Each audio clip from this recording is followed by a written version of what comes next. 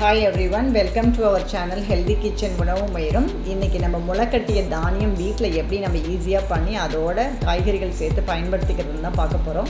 நான் வீட்டில் இது கருப்பு உளுந்து, கொள்ளு, பச்சை பயிறு, அப்புறம் வேறு ஒரு சில தானியங்களுமே எடுத்து நான் வீட்டில் முளைக்கட்டியிருக்கேன். எல்லா தானியங்களும் முளைக்கட்டி சாப்பிட்றது நிறைய பேருக்கு உடம்புக்கு சேராது.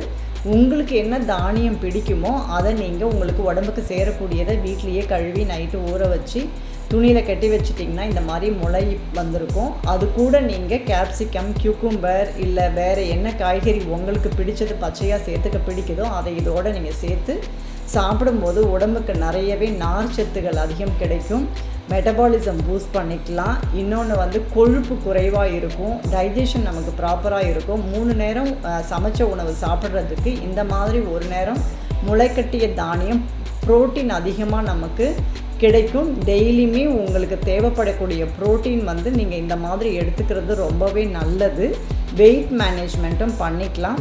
ஃபுட் நம்ம எப்படி ப்ராக்டிஸ் பண்ணிக்கிறோம் அப்படிங்கிறது தாங்க. நம்மளோட உணவு கட்டுப்பாடு எப்படி நம்ம மெயின்டைன் பண்ணிக்கிறோமோ அதுக்கேற்ற மாதிரி தான் ஆரோக்கியமும் வெயிட்டையும் நம்ம கரெக்டாக மெயின்டைன் பண்ணிக்கலாம். ஒரு நேரம் இந்த மாதிரி ரா ஃபுட் சாப்பிட்றது ரொம்பவே நல்லது. இது எல்லாமே நம்ம வீட்டு கிச்சனில் பண்ண சாலட்ஸுங்க.